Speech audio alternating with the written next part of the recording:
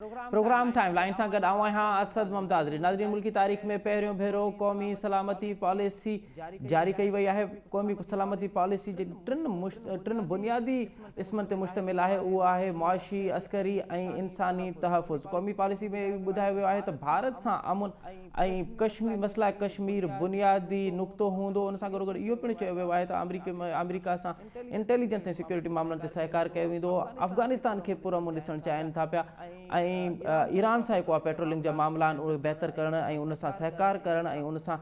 इन मामले ते ॻाल्हि ॿोल करण जी बि ॻाल्हि कई वई आहे। ऐं गॾोगॾु सीपेक में मुख़्तलिफ़ मुल्कनि खे उन में शामिलु थियण जी दावत ॾिनी वई आहे। अॼु प्रोग्राम इन ते ॻाल्हाईंदासीं त क़ौमी सलामती पॉलिसी जोड़ी वई आहे ऐं उनजो अॼु जेको ऐलान कयो वियो आहे ऐं जेका जारी कई वई आहे इन जा ईंदड़ ॾींहंनि में मुल्क जी क़ौमी सलामती ते कहिड़ा असर पवंदा। ऐं हीउ कहिड़ो मैसेज आहे जेको पहिरियां कॾहिं न थियो। पहिरियों दफ़ो क़ौमी सलामती पॉलिसी जुड़ी वई आहे उन जा हिन खिते ते ऐं गॾोगॾु जेको परॾेही पॉलिसी आहे उन ते उन जा कहिड़ा असर पवंदा। अॼु प्रोग्राम इन ते ॻाल्हाईंदासीं। ऐं हिन वक़्तु असांखे प्रोग्राम में जॉइन कयो आहे अॻूणे सफ़ीर ऐं आलमी मामलनि ते तमामु गहरी नज़र रखंदड़ जनाब GR बलोच साहिबु। उन सां गॾोगॾु हूंदो अॻूणो सफ़ीर ऐं तर्ज निगाह साईं डॉक्टर जमील अहमद ख़ान साहिबु। ऐं असांखे जॉइन कंदो मुल्क जो नाले वारो क़ानूनदान ऐं तर्ज निगाह जनाब शुआब बोस्तो साहिबु। साईं GR बलोच साहिबु, अव्हां खां प्रोग्राम जो आगाज़ पिया कयूं। कीअं था ॾिसो अॼु क़ौमी सलामती पॉलिसी जारी कई वई आहे। टे बुनियादी इस्मनि जिन्हनि ते क़ौमी सलामती पॉलिसी मुश्तमिल आहे। पहिरियों आहे मुआशी मामिलो, ॿियो आहे अस्करी ऐं टियों आहे इंसानी तहफ़ुज़। कीअं था ॾिसो अव्हां इन तमामु तर मामले खे? जी बिस्मिल्लाह रहमान रहीम। हिकिड़ी नेशनल सिक्योरिटी पॉलिसी जंहिंखे असांखे पंहिंजे एज़ अ कंट्री जे पहिरियनि 5-8 सालनि 10 सालनि में ठही वञणु घुरिजे आहे जी। त तक़रीबन इहा 70 साल जहिड़ो कर ओवर ड्यू हुई जी। पर ख़ुशी जी ॻाल्हि आहे जी त 6 या 7 सालनि जी काविश खां पोइ हिकिड़ो डॉक्यूमेंट, हिकिड़ो कॉन्सेप्ट, हिकिड़ो पैरामीटर्स जेके आहिनि से ॾिना विया आहिनि ऐं लॉजिकल आहे त इकोनॉमिक सिक्योरिटी जेको आहे सो मर्कज़ जो या मर्कज़ी किरदारु रखे थो कंहिं बि सिक्योरिटी जे लाइ। ऐं सभ खां अहम ॻाल्हि जेका हिन में आहे अस्करी खां अलावा उहा आहे माण्हुनि जी सिक्योरिटी या हिकिड़ी मुतमइन सिटीज़नरी अहिड़ो ऐं इन में जहिड़ो कर अवाम खे मर्कज़ बनायो वियो आहे छाकाणि जो इकोनॉमिक प्रॉस्पेरिटी ऐं हिकिड़ी अहिड़ी सिटीज़नरी जेका गवर्नेंस खां मुतमइन आहे, जेका हुकूमत जे ॿियनि पॉलिसीज़ खां मुतमइन आहे। ऐं इहा हिकिड़ी नई ॻाल्हि आहे जेका कॾहिं बि शायदि महसूसु कई वेंदी हुई मुख़्तलिफ़ पावर कॉरिडोर में, पर एज सच कंहिं डॉक्यूमेंट में न ज़ाहिर थी हुई। त इहा उन लिहाज़ सां मूंखे तमामु वॾी तब्दीली असांजी जेका रूलिंग इलीट आहे या इवन जेकॾहिं असां उनखे चऊं त जेकियूं बि इस्टेब्लिशमेंट्स आहिनि, रुॻी सिक्योरिटी इस्टेब्लिशमेंट न पर जेके बि इस्टेब्लिशमेंट्स आहिनि उन्हनि सभिनी गॾिजी इहे जेके 3 पिलर्स ऑफ आवर सिक्योरिटी कया आहिनि, इकोनॉमिक, ह्यूमन एंड मिलिट्री। ऐं इहो जेको ट्रायंगल आहे इन ते ई सिक्योरिटी मिलंदी आहे। तमामु दुनिया जूं जेके तरक़ी याफ़्ता या जेके बि मुल्क आहिनि उन्हनि में तक़रीबन इहे प्रिंसिपल ई इस्तेमालु थींदा आहिनि। हाणे कीअं अॻिते इनखे इम्प्लीमेंट कबो इहो वॾो चैलेंज आहे त कहिड़ो मैकेनिज़म हूंदो, केरु हुनखे ॾिसंदो त जेका पॉलिसी ठाही आहे उहा उन मुताबिक़ उनजा ख़दोख़ाल जीअं हींअर सोचिया विया आहिनि या ट्रांसलेट कया विया आहिनि उहे कीअं ट्रांसलेट थींदा, इम्प्लीमेंटेशन कीअं थींदी, एक्शन कीअं थींदो, कोऑर्डिनेशन जा मैकेनिज़म कहिड़ा ठहंदा। ऐं सभ खां वॾो जेको चैलेंज मुंहिंजे नज़र में आहे उहा आहे कंटिन्यूटी। ईअं न थिए छाकाणि जो ही जेका आहे सा 26 ताईं शायदि आहे जेका पॉलिसी आहे त हाणे उन में हिकिड़ी नई हुकूमत बि ईंदी, कुझु जेके आहिनि से हेड्स ऑफ द इंस्टीट्यूशंस बि शायदि तब्दील थियनि। त इहो कहिड़ो मैकेनिज़म, कहिड़ो मैकेनिज़म रखियो वियो आहे जंहिंमें इहो ॿुधायो वञे त कंहिं तरह सां इहा जेका पॉलिसी आहे तंहिंमें को बि डिविएशन कोन थींदो ऐं हिकिड़ी कंटिन्यूटी ऐं हिकिड़ी सस्टेनेबिलिटी जेका आहे सा सिक्योरिटी पॉलिसी में ईंदी। सो मुंहिंजे नज़र में इहे चैलेंजिस आहिनि इन सिक्योरिटी पॉलिसी जा। Otherwise it's a very good step ऐं मुंहिंजे ख़्याल राइट डायरेक्शन आहे, राइट प्रिंसिपल्स आहिनि एंड इंटरनेशनली रिकग्नाइज्ड जेके प्रिंसिपल्स आहिनि नेशनल सिक्योरिटी जा उहे इन में शामिल कया विया आहिनि पर यकीनन असां ॾिसंदासीं त इनखे हुकूमत कीअं थी बलू साहब इम्प्लीमेंट करे कीअं इनखे सस्टेनेबल अवां बनाए जेका ॻाल्हि कयो पिया त हीउ तमामु वॾो क़दम आहे ऐं अवां एप्रिशिएट बि कयो पिया ऐं गॾोगॾु अवां इहो चओ था पिया त हाणे इनखे मुसलसल जेको आहे इनखे कंटिन्यूटी कीअं इनजी बरक़रार रखणी घुरिजे त इन पॉलिसी में ॿुधायो वियो आहे त ईंदड़ हुकूमतूं जेके आहिनि उहे हिन में तरमीम करे सघनि थियूं पियूं मतिलबु पॉलिसी त हूंदी हुन में उनखे तरमीम करण जो हक़ु हूंदो का बि शइ फिक्स कोन्हे साईं साईं डॉक्टर जमील अहमद ख़ान साहब अव्हां कीअं पिया ॾिसो इहा पॉलिसी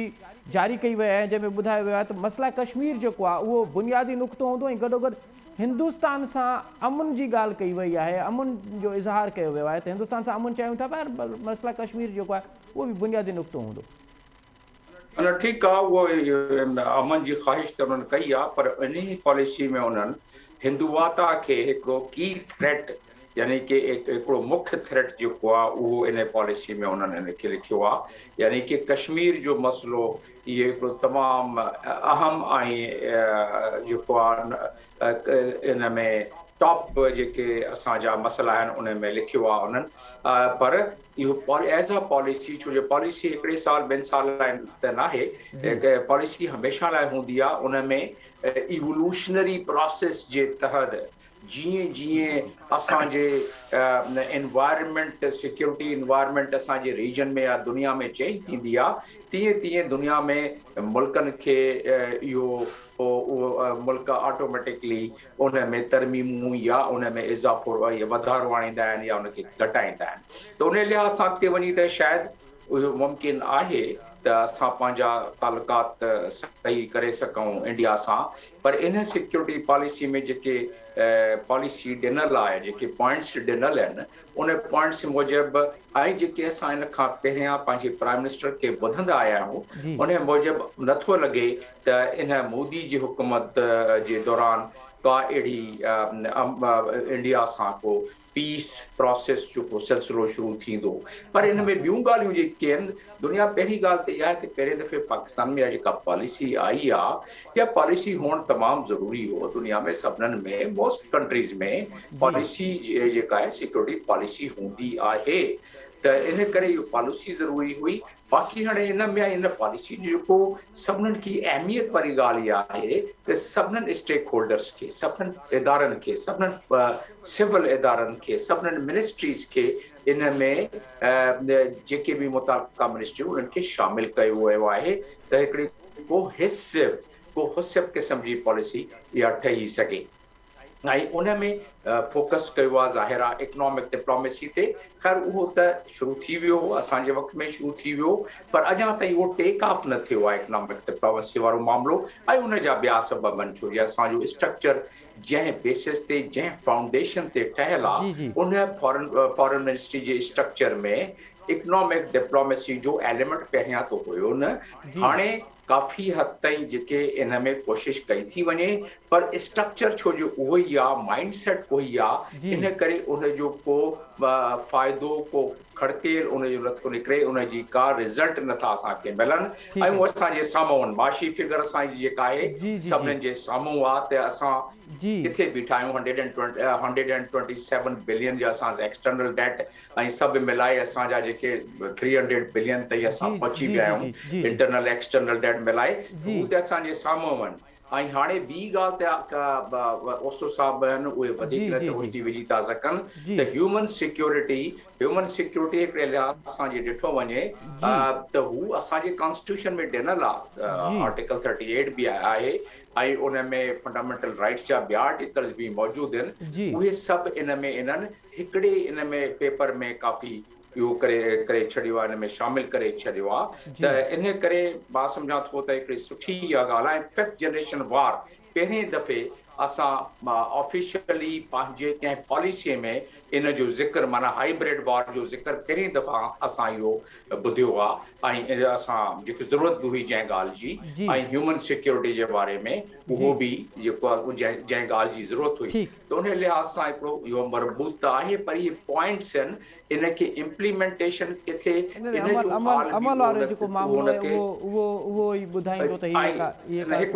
हिकिड़ो लास्ट सेंटेंस किथे इन जो बि मामलो उहो ई न हुजे थी वञे जेको असां नेशनल सिक्योरिटी प्लान जो असांजो थियो हो त जेके उहे 20 पॉइंट हुया उन में 5-7 पॉइंट बि अञा ताईं मुकमल न थिया आहिनि पर बहरहाल हिकिड़ी सुठो मूव आहे हिकिड़ो सुठो क़दम आहे बहरहाल हिकु बहितर मूव आहे 70 साल खां पोइ पॉलिसी जारी कई वई आहे उहा बहितर मूव शोएब बोस्तो साहब हाँ हीअ हिकु पॉलिसी आहे उहा मुख़्तलिफ़ इदारनि जीअं डॉक्टर जमील अहमद ख़ान साहब बि चई त मुख़्तलिफ़ मिनिस्ट्रियुनि में उनखे शामिलु कयो वियो आहे मुख़्तलिफ़ मिनिस्ट्रियुनि गॾिजी ही पॉलिसी जोड़ी आहे ऐं हुकूमती पॉलिसी जोड़ी आहे पार्लियामेंट खे एतमाद में न वरितो आहे हाणे ॿ बहस आहिनि हिकिड़ो बहस इहो आहे त पार्लियामेंट जो कमु न आहे पॉलिसी जोड़णु इदारनि जो कमु आहे हुकूमत जो कमु आहे ॿियो इहो बहस आहे त पार्लियामेंट खे इन्हनि पॉलिसीज़ ते एतमाद में वठण जी ज़रूरत आहे अवां कीअं पिया ॾिसो हीअ पॉलिसी जारी त कई वई आहे छा पार्लियामेंट खे एतमाद में वठण जी ज़रूरत हुई इन पॉलिसी सभ खां पहिरियां त जेको हे नैरेटिव जो जेको हाणे तव्हांखे हिकिड़ो नओं रुख नज़र आयो आहे जी मां सम्झां थो त इन जा जेके डिटर्मिनेंट्स आहिनि या जेके उन जा रीज़न्स आहिनि उन्हनि खे सम्झणो पवंदो जी हिन वक़्तु जेको इकोनॉमिक ऐं ह्यूमन ऐं मिलिट्री सिक्योरिटी जा जेके इहे मुख़्तलिफ़ आस्पेक्ट्स हिननि एम्फसाइज़ कया आहिनि इन्हनि खे वधीक उन्हनि ते ज़ोर ॾिनो वियो आहे त इहे अलॻि अलॻि इम्पोर्टेंट इन जा रुख आहिनि पॉलिसी जा जी मां सम्झां थो त इहो दरअसल इन ॻाल्हि जो एतिराफ़ आहे त पाकिस्तान जी जेका सिक्योरिटी जेका स्टेट जो कॉन्सेप्ट हुयो जेको गुज़िरियल 70 साल खां वठी असां पाकिस्तान जी स्टेट खे बजाए हिकिड़ी सोशल वेलफेयर स्टेट जे हिकिड़ो नेशनल सिक्योरिटी जो जेको मथां हुनजे हिकिड़ो इम्पोज़ कयोसीं आइडेंटिटी उहा मुकमिल तौर ते फेल वई आहे जी ऐं हाणे पाकिस्तान जी उहा नेशनल सिक्योरिटी स्टेट जेका आहे उहा डिलीवर करण जे पोज़ीशन में न रही आहे छाकाणि त जेको ह्यूमन एलिमेंट आहे ऐं जेको सोशल एलिमेंट आहे उहो उन करस्पॉन्डिंग लेवल ते जिते तव्हांजी नेशनल सिक्योरिटी स्टेट जी ऑपरेट करे सघे पई उहो करस्पॉन्डिंग लेवल ते उनजी उहा डेवलपमेंट न थी सघी असांजो ह्यूमन रिसोर्सिस ऐं असांजा इकोनॉमिक रिसोर्सिस मैच न पिया कनि नेशनल सिक्योरिटी जी हैवी एजेंडा खे नतीजे में छा थियो त असां फ्रंट लाइन स्टेट थियासीं असां जेको आहे सो कोवर्ट वॉर जो हिसो थियासीं ऐं Aahista Aahista over the years असांजी इकोनॉमी वॉर इकोनॉमी बणिजी वई ऐं असां हिकिड़ो मर्सनरी असांजो हिकिड़ो रोल वञी बचियो असां रीजनल ऐं इंटरनेशनल वॉर्स में एज़ मर्सनरी स्टेट जे तौर ते या रेंट स्टेट जे तौर ते असांखे जेको आहे इस्तेमालु कयो आहे हाणे असां उन पोज़ीशन में अची विया आहियूं जिते असांजी हिन वक़्तु मां त चवां थो जेका पॉलिटिकल सोवरेनिटी आहे उहा ई कंप्रोमाइज़ थी चुकी आहे हाणे जेको ॿियो सुवाल आहे तव्हां वारो त इहो हिनखे पार्लियामेंट जे ज़रिए छो न हिनखे जेको राउट कयो वियो जी जी मां सम्झां थो उनजी वजह बि इहा ई आहे त पार्लियामेंट केतिरनि ई सालनि खां वठी केतिरनि ई डिकेड्स खां वठी इररेलेवेंट थी चुकी आहे छाकाणि त दुनिया में पार्लियामेंट्री डेमोक्रेसीअ में जेके नेशनल इशूज़ हूंदा आहिनि ख़ासि तौर ते फॉरेन रिलेशन्स जेके हूंदा आहिनि उहे पार्लियामेंट में उहे डिस्कस थींदा आहिनि उहे पार्लियामेंट बल्कि अमेरिका जी कांग्रेस त वॉर पॉलिसीज़ ते पंहिंजी अप्रूवल ॾींदी आहे अमेरिकन प्रेसिडेंट वॉर डिक्लेयर नथो करे सघे फॉरेन पॉलिसी जी जेका बाद में जेको अप्रूवल थींदो आहे कांग्रेस ॾींदी आहे सेनेट ॾींदी आहे जी असां वटि छाकाणि त इकोनॉमिक पॉलिसी IMF ठाहींदी रही आहे 22 दफ़ा तव्हां IMF वटि विया हो असां वटि सिक्योरिटी पॉलिसी इस्टेब्लिशमेंट ठाहींदी रही आहे ऐं असां वटि पॉलिटिकल इस्टेब्लिशमेंट जेका आहे उहा बज़ाते ख़ुदि जेको आहे सो डिवीजन जो शिकार रही आहे तंहिंजे करे इहो जेको नैरेटिव आहे मां सम्झां थो त इहो नैरेटिव इन हद ताईं त मां ख़ुशि आहियां त इन ॻाल्हि खे एक्सेप्ट कयो वियो आहे त पाकिस्तान जी नेशनल सिक्योरिटी स्टेट जेका आहे मुकमिल तौर ते फेल थी वई आहे इन हद ताईं मां ख़ुशि आहियां बाक़ी हाणे इहो जेको कंसेप्ट आहे त तव्हां ह्यूमन सिक्योरिटी सोशल सिक्योरिटी ऐं मिलिट्री सिक्योरिटी खे डिफरेंशिएट कंदव तव्हां वटि वसीला ई कोन्हनि के मसलन ह्यूमन सिक्योरिटी जी तव्हां ॻाल्हि था कयो ह्यूमन सिक्योरिटी में तव्हांजो जेको फंडामेंटल राइट आहे जंहिंमें राइट टू लाइफ आहे जी राइट टू एजुकेशन आहे राइट टू ह्यूमन डिग्निटी आहे तव्हांजा तमामु तक़रीबन 30 खां वधीक तव्हांजा फंडामेंटल राइट्स आहिनि बिल्कुलु उन्हनि खे तव्हां कहिड़े तरीक़े सां इन्फोर्स कंदव, तव्हां वटि वसीला ई कोन्हनि। पाकिस्तान में मां तव्हांखे हिकिड़ो मिसाल ॾियां, 2.5 करोड़ ॿार जेके आहिनि अॼु बि स्कूल कोन था वञनि। सही। Article 25A of the constitution तो चए त 6 सालनि खां वठी 16 सालनि जो जेको ॿार आहे उनजो फंडामेंटल राइट आहे त तव्हां हुनखे एजुकेशन जो, पर 2.5 करोड़ ॿार तव्हांजो इन करे एजुकेशन कोन थो वठी सघे त तव्हांजी जेका एजुकेशन जी बजट आहे उहा लेस देन 1% ऑफ जेको आहे सो GDP आहे। जॾहिं त तव्हांजी डिफेंस जी बजट ऐं तव्हांजी जेका डेट सर्विसिंग आहे उहो 70% आहे। ठीक है। हाणे जॾहिं तव्हां हिकु तरफ़ ॻाल्हि था कयो ह्यूमन जी इकोनॉमिक जेको आहे सो तव्हांजी सिक्योरिटी जी, त उते तव्हांखे हिकिड़ी शिफ्ट आणणी आहे। तव्हांखे वॉर इकोनॉमी मां निकिरी तव्हांखे प्रॉपर सोशल रिफॉर्मिस्ट इकोनॉमी ॾांहुं वञिणो आहे। छा ठीक है, अवां शुआब साहब अवां न पिया सम्झो त ही शुआब साहब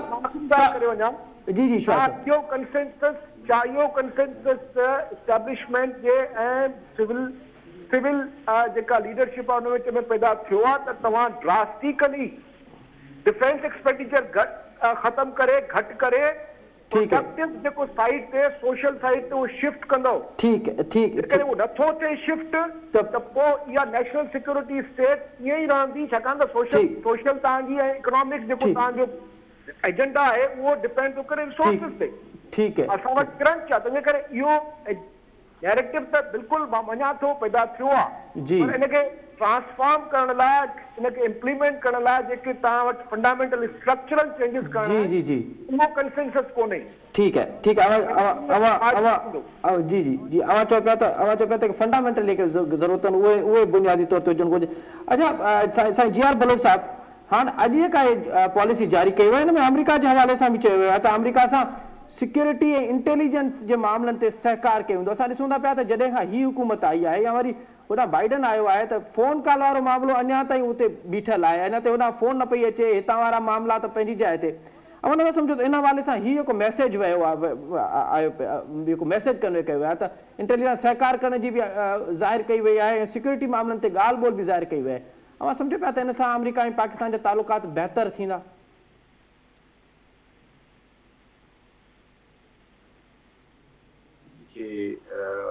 जेके भी उनजा ख़दोख़ाल प्रेस में आया आहिनि या जो प्राइम मिनिस्टर साहब कुझु ॿुधायो आहे, कुझु जेको एंटिसिपेटेड असेसमेंट आहे एक्सपर्ट्स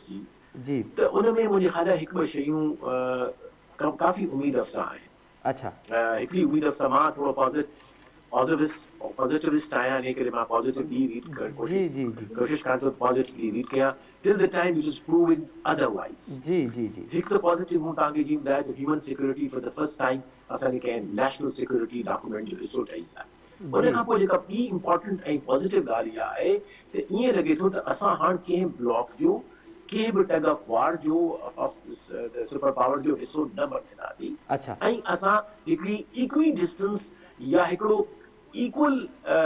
जेको आहे सो रिलेशनशिप तमामु जेके सुपर पावर दुनिया जा आहिनि, हिकिड़ो आहे या ॿ आहिनि या 4 आहिनि, उन सां इहो रखंदासीं।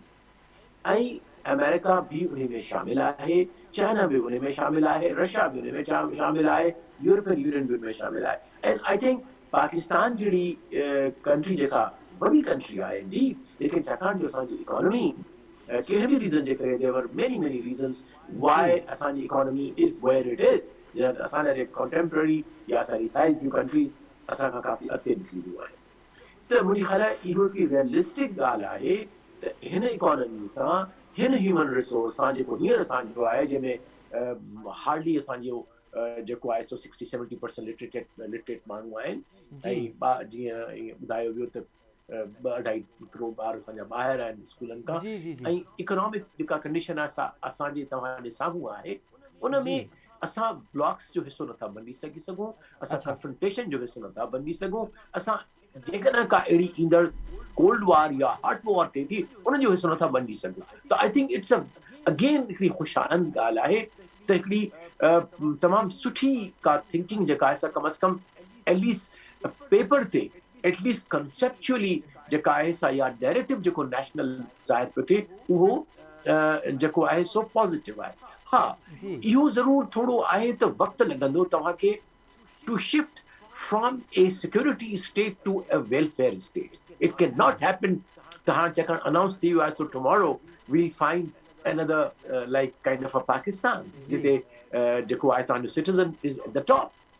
बट द वेरी फैक्ट त तमाम स्टेक होल्डर्स इंक्लूडिंग दोज़ जिन वटि पावर रहियो आहे गुज़श्ता 70 सालनि खां उहो इन ॻाल्हि खे रियलाइज़ कनि पिया था त इकोनॉमिक प्रॉस्पेरिटी खां अलावा माण्हुनि जी इंसानी सिक्योरिटी खां अलावा असां जंग बि नथा लड़ी सघूं असांजी जेका security is a very wider concept आहे अॼुकल्ह जे ज़माने में जंहिंमें वाटर सिक्योरिटी आहे फूड सिक्योरिटी आहे जंहिंमें बॉर्डर सिक्योरिटी आहे जंहिंमें सिक्योरिटी फ्रॉम नेशनल जेके नेचुरल डिज़ास्टर्स उन्हनि जी सिक्योरिटी आहे एंड ऑब्वियसली जेका हाणे 5th जनरेशन वॉर जी ॻाल्हि कई वई so it's a very complex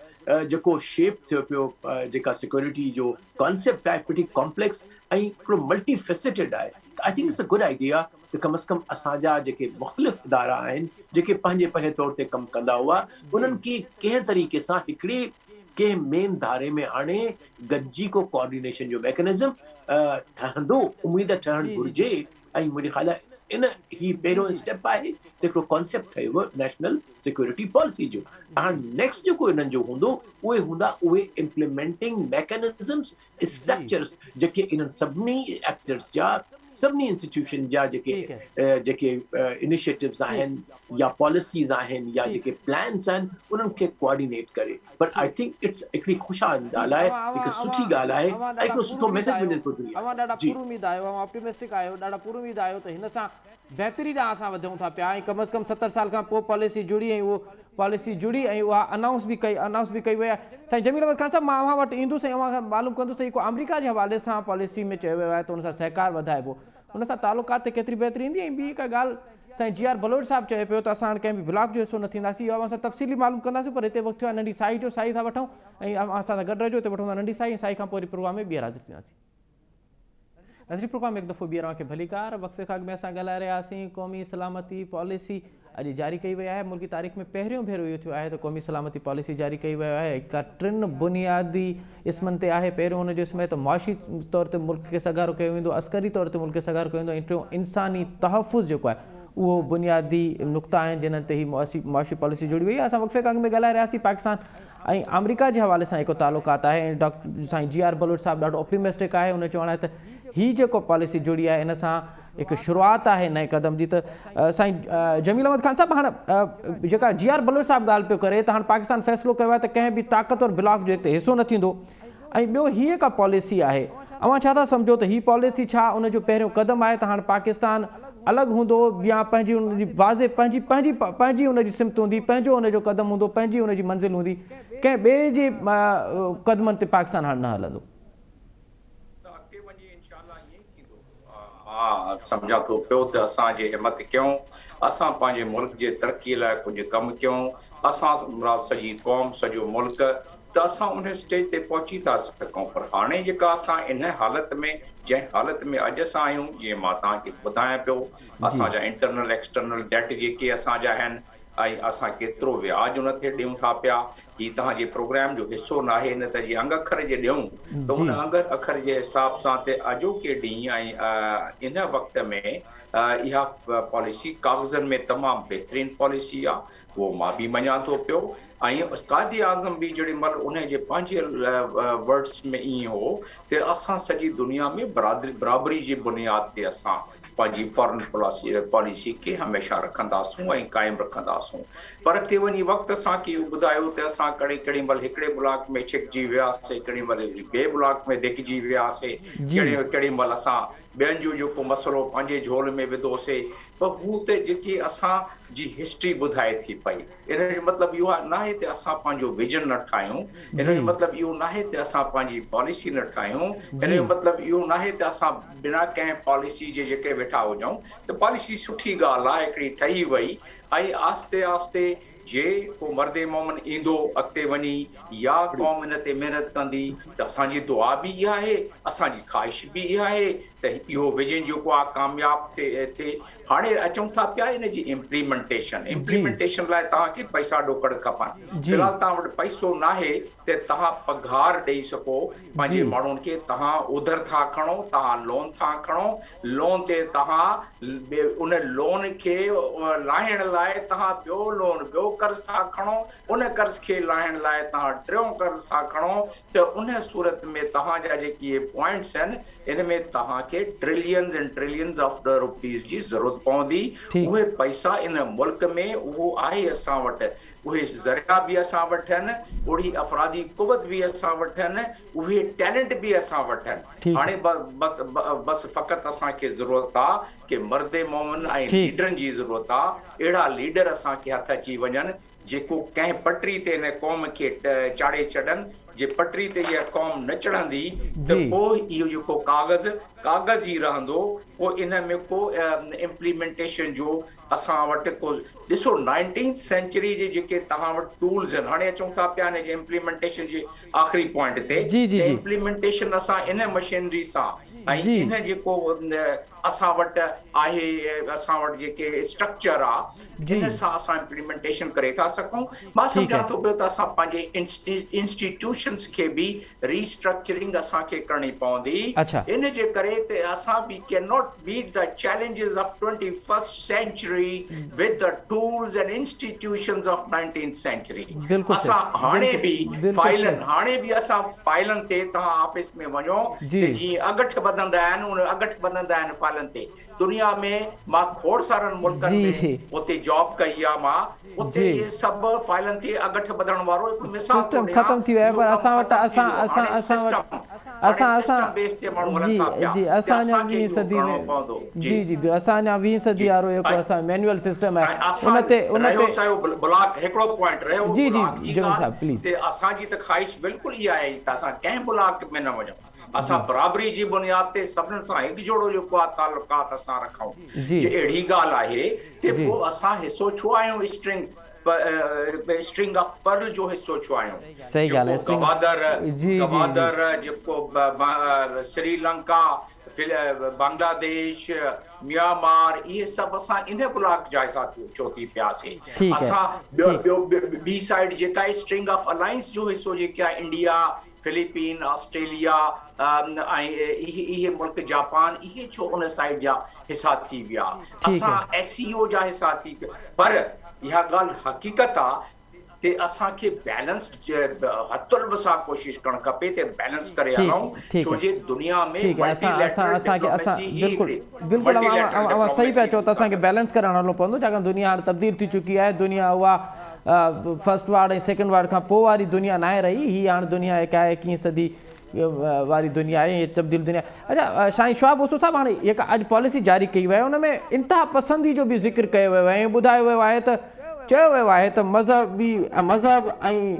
ऐं लसानियत जे बुनियाद ते जेका इंतिहा पसंदी मुआशिरे में वधे थी पई उहा ख़तरनाक आहे। त तव्हां कीअं था सम्झो त रवादार समाज लाइ, रवादार मुआशिरे लाइ कहिड़ा क़दम खणणु घुरिजनि?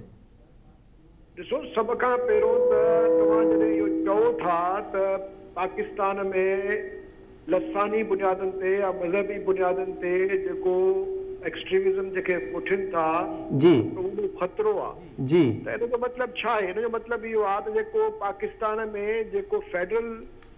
डेमोक्रेटिक स्ट्रक्चर आहे जी, जंहिंमें हर नेशनलिटी खे, सब नेशनल ग्रुप खे, हर कल्चरल ऐं एथनिक आइडेंटिटी खे जेको आइन में तहफ़ुज़ ॾिनल आहे जी, उनजा इकोनॉमिक ऐं जेके उनजा सोशल रिसोर्सिस उनखे मिलणा हुया जी, जेको इक्विटी जो कंसेप्ट आहे, बराबरी जो कंसेप्ट आहे, जंहिंमें रियासती ॾाढ खे किथे जगह कोन थी मिले, उनखे तव्हांखे ख़तम करणो पवंदो। सही, तव्हांखे बलोचिस्तान में बजाए मिलिट्री ऑपरेशंस करण जे तव्हांखे डायलॉग करणो पवंदो। ठीक है, तव्हांखे उन्हनि खे उन्हनि जा हक़ ॾियणा पवंदा। ठीक है, तव्हांखे अच्छा मज़हबियत लाइ तव्हांखे पाकिस्तान जी जेका रियासत आहे उनजो जेको मज़हबी जेको ग़िलाफ़ तव्हां उनखे पारायो आहे, उनखे इस्लामिक रियासत बणाए छॾियो आहे, उहो तव्हांखे लाहिणो पवंदो। रियासत जो मज़हब न हूंदो आहे, मज़हब इंसान जी पंहिंजी ज़रूरत आहे, पंहिंजो उनजो बिलीफ आहे जेको उहो कॾहिं बि उन ते कंप्रोमाइज़ न कंदो आहे। तंहिंजे करे का बि रियासत मूंखे मुस्लमान नथी बणाए सघे, मूंखे हिंदू नथी बणाए सघे। मूंखे शियो नथी बणाए सघे, मूंखे सुनी नथी बणाए सघे, इहो ठीकु। इहो पंहिंजो अक़ीदो आहे। जी जी जी ठीकु रियासत खे सोचणु घुर्जे जी जेका हिननि इहा पॉलिसी 1960s खां वठी हर शहरीअ खे मुस्लमान बनाए हिननि जेको जंहिं तरीक़े सां जेके इकाइयूं आहिनि उन्हनि खे न क़बूल कयो वियो, वनी लुट बणायो वियो, इन्हनि सभिनी पॉलिसीज़ खे हाणे हिननि खे ख़तमु करणो पवंदो। ठीकु है जेका मां ॻाल्हि कई ऐं जेका डॉक्टर जमील साहब बि ॻाल्हि सुठी कई ऐं बलोच साहब बि हिन ॻाल्हि ते इशारो कयो जी त सिर्फ़ पॉलिसी नैरेटिव चेंज करण सां जेको स्ट्रक्चरल प्रॉब्लम्स आहिनि, जेके तव्हांजा पुराणा फॉरेन पॉलिसी जा जेके रिजिड कॉन्सेप्ट्स आहिनि जिन खे तव्हां इंट्रेंच करे छॾियो आहे, जेसिताईं तव्हां उन्हनि खे ख़तमु न कंदव, उन्हनि खे ठीकु है इहो मुमकिन कोन्हे ठीकु पाकिस्तान जे अंदरि या पाकिस्तान जे इन रीजन में न त हिते तव्हांखे अमन मिलंदो, न हिते तव्हांखे सोशल इक्विटी मिलंदी या कोहिजन मिलंदो। ठीक है न चेंज करण सां न थींदो। जी जी जी अफगानिस्तान में इंटरफेरेंस ना आहे करणी, तव्हांखे इंडिया में इंटरफेरेंस ना आहे करणी, तव्हांखे पाकिस्तान में इंटरफेरेंस ना आहे कंहिंखे करणु ॾियणी। ठीक है इहो बुनियादी क़िस्म जा जेके तव्हांजा पुराणा रवायती जेके उहे चेंज करणा पवंदा। बिल्कुल बिल्कुल अवां सही बचो त रिवायती सिस्टम वो तब्दील करे हाणे अवां खे अॻिते वधणो पवंदो। साईं जी आर बलू साहब मूं वटि वक़्तु तमामु महदूद आहे, मुख़्तसर ॿुधाइजो हिकु ॻाल्हि शाह बोस्तो साहब चए पियो त असांखे माज़ी मां सिखंदे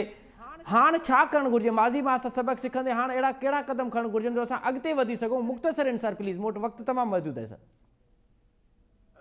ॿ टे ॻाल्हियूं आहिनि जेके असांखे करणियूं पवंदियूं। पहिरीं ॻाल्हि ती आहे त असांखे वट इज़ कॉल्ड टॉलरेंट सोसाइटी तरफ़ जेके बि इक़दाम आहिनि जंहिंमें तमामु सिटीज़न शामिल हूंदा आहिनि, उनमें सिविल सोसाइटी जो बि हिकिड़ो किरदारु आहे, जुडिशरी जो बि किरदारु आहे, एडमिनिस्ट्रेशन जो बि किरदारु आहे, एजुकेशनल इंस्टीट्यूशन जो बि किरदारु आहे। इहे तमामु जेके स्टेट एक्टर्स आहिनि उन्हनि खे गॾिजी को लाहे अमल करणो पवंदो त असां कीअं हिकिड़ी टॉलरेंट ऐं इंक्लूसिव सोसाइटी करे सघूं। हिकिड़ी टॉलरेंट ऐं इंक्लूसिव सोसाइटी ई जेका आहे सा राइट्स ऑफ द सिटीजन्स खे इंश्योर करे सघे थी, नंबर 1। नंबर 2 मोस्ट इम्पॉर्टेंटली असांखे गवर्नमेंट्स खे अकाउंटेबल करणो पवंदो। हाणे चाहे अहिड़ो कल्चर बि कोशिशि कई वई त गवर्नमेंट ते क्रिटिसिज्म माना त स्टेट ते क्रिटिसिज्म, टोटली रॉन्ग। इहो तमामु नेगेटिव रवैयो गुज़श्ता 2-3 सालनि खां वठी असां ॾिसूं पिया था जॾहिं खां नई गवर्नमेंट आई आहे। That has to be reverse, although it has been reversed a bit, लेकिन इहो रिवर्स करणो पवंदो त government is accountable to the citizens. Criticism असांजो राइट आहे, असांजो हक़ आहे जेको ॾियणो पवंदो उन्हनि खे। ऐं ॿियो ट्रांसपेरेंसी ऑफ गवर्नेंस। ऐं चौथी ॻाल्हि इहा त devolution of real devolution of power to the lowest structure of the society, जंहिंमें तहसील काउंसिलूं आहिनि, सिटी काउंसिलूं आहिनि, डिस्ट्रिक्ट काउंसिलूं आहिनि या मेट्रोपॉलिटन सिटीज़ आहिनि। त आई थिंक इन्हनि 3-4 ॻाल्हियुनि सां मुंहिंजे ख़्याल जेका स्ट्रक्चरल चेंजिस ईंदियूं सोसाइटी में उहे पोइ इम्पैक्ट कंदियूं तव्हांजी सिक्योरिटी पॉलिसी खे बि, तव्हांजी मुआशी पॉलिसी खे बि, लेकिन तव्हांखे स्टार्ट पंहिंजे बुनियाद सां करणो पवंदो। ऐं तव्हांजी बुनियाद तव्हांजी सोसाइटी आहे, तव्हांजी बुनियाद तव्हांजो सिटीज़न आहे, तव्हांजो बुनियाद तव्हांजो जर्नलिस्ट आहे, तव्हांजो बुनियाद तव्हांजो एकेडमिशियन आहे, तव्हांजो बुनियाद तव्हांजो वकील आहे, तव्हांजो बुनियाद हिकिड़ो प्रोफेसर। त आई थिंक बुनियाद खां शुरू कजे, सिटीज़न खां शुरू कजे, पाकिस्तान बि मज़बूत थींदो, पाकिस्तान जी मईशत बि मज़बूत थींदी ऐं पाकिस्तान जी जेका हुकूमत आहे दुनिया में ऐं वकार अने असांखे फाइनल कमेंट में फ़क़ति थोरो प्रैक्टिकल हुअणु खपे। ऐं असां जेके इहो विजन ठाहियो आहे, जेके असां पॉलिसी ठाही आहे, इन जो हाणे बसि फ़क़ति असां इम्प्लीमेंटेशन प्लान ठाहे पंहिंजी क़ौम सां, पंहिंजे पार्लियामेंट सां शेयर कयूं ऐं उन जा जेके हर पॉइंट जो हिकिड़ो फिज़िबिलिटी ठाहे वठूं त इन में केतिरो पैसो रोकड़ ख़र्च थींदो, कहिड़ा इदारा कमु कंदा, टाइम लाइन जो छा आहे, त short term, long term, medium term ऐं लॉन्ग टर्म हिकिड़ो प्लानिंग ॾेई माण्हुनि सां शेयर करे वठनि। कहिड़ो फ़र्क़ु थो पवे, असांखे ख़बर आहे त असां वटि एतिरी माली वसाइल न आहे, पर असां घटि में घटि अंदाज़ो थी पवे त गवर्नमेंट जो इरादो छा आहे, न त इहो पोइ ओड़ो ई रहंदो जीअं असां नेशनल एक्शन प्लान। ठीक है शाह बोस्तो साहब सर फाइनल कमेंट्स प्लीज़। जी असांजो राब्तो मुनक़द थियो आहे, वॾी वॾी महिरबानी शाह बोस्तो साहब, डॉक्टर जमील अहमद खान साहब ऐं साईं जी आर बलू साहब, ऐं टिनि मौज़ूअ महिमान जी वॾी महिरबानी। तफ़सीलन असां ॻाल्हायोसीं मुल्की तारीख़ में पहिरियों दफ़ो क़ौमी सलामती पॉलिसी जेका उहा जारी कई वई आहे ऐं असांजे टिनि अहम जेके पैनलिस्ट आहिनि उन जो तजुर्बो ॿुधो त ज़रूरत इन ॻाल्हि जी आहे, पॉलिसी त अची वई आहे, ज़रूरत इन ॻाल्हि जी इन जी इन जे अमल जी आहे, ऐं न सिर्फ़ु इन जे अमल जी आहे बल्कि इहो जेको अमल आहे इन खे इन तसलसुल बरक़रार रखण जी बि आहे। प्रोग्राम जे हिते वक़्तु पंहिंजी पुॼाणी थो पहुचे। असद मुमताज़ खे ॾींदा इजाज़त, सदाईं गॾु।